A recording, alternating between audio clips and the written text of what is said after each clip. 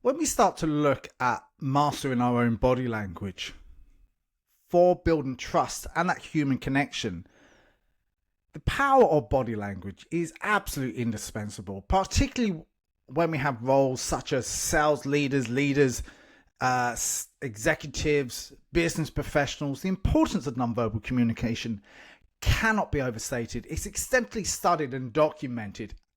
One of the most well-known figures is Albert Mahibian, a psychologist from the UCLA, whose research on the 1960s significantly contributed to the understanding of how our non-verbal cues are important. So the research specifically addresses the communication of emotions rather than the general communication itself. He proposed situations where verbal and non-verbal messages are incongruent, where people to rely heavily on the non-verbal cues. Mahibian's findings were often summarized by the 7-38-50 rule, which suggests 7% of communication is verbal words, what we say. 38 is the tone, the voice, and how we actually say it, and the rhythm, and a lot of other things. And 55% is the body language. However, it's crucial to understand the context and limitations of this rule. He actually emphasized in his research was focused on the communications of emotions and should not be generalized in all forms of communication.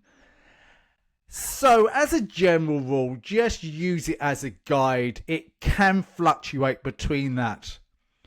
But building trust is the cornerstone of every successful relationship, especially in sales, where your ability to connect to the client on a personal level can determine the outcome of the transaction.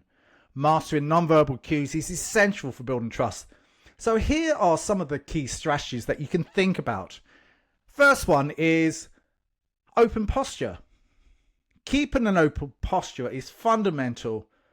Avoid crossing arms for yourself because you can be misinterpreted as defensive and closed.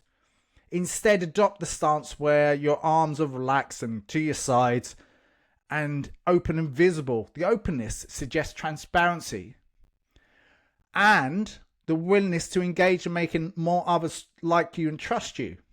So that's one of the first parts. Second part is your eye contact, which suggests the most powerful verbal cues. Consistency with the eyes, engaged, which are confident, and you're looking around at the people in the room, whoever they are. There's a lot more that goes on, but that's the basics behind that. Keep the eyes engaged. Don't look evasive. Robert Cialdini said likability, but smiling really is contagious. It's a universal sign of friendliness, but you have to make sure it's a open and it's an actual real smile. What I do say is smile with the eyes. When they say mirroring, I don't see mimicking, but there's certain aspects of the other person, like the tone that they're using. You could use a similar tone. Don't significantly copy what they say. Don't significantly copy completely the body language, but there are significant things that you can look at to mirror it, because people like themselves that they can trust and connect with. So think about how that works. And then your gestures. Your message makes communication more dynamic. For example, using gestures to emphasize key points to make your speech more memorable and engaging. So these are some of the things to look at, but being self-aware is another thing of yourself. Making sure everything is congruent. Your body language is congruent to your tone, your tonality, and the words that you're actually saying. And always seek feedback from people. Non-verbal communication can provide valuable insights.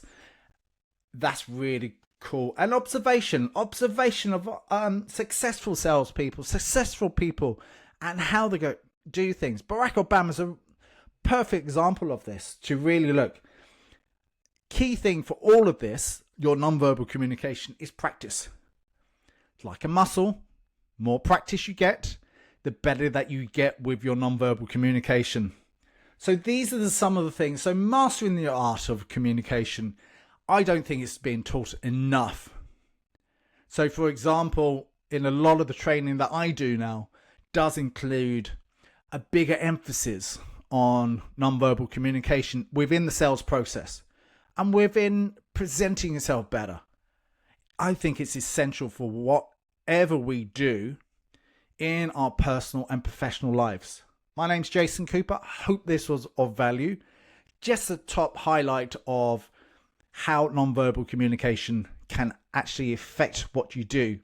I would suggest you to have a look at books from the likes of Joe Navarro, Mike Bolton, Scott Rouse, various other, Alan Pierce, lots and lots of people that have written some really good books in nonverbal communication. I hope this has value. You can find out more on jasoncooper.io.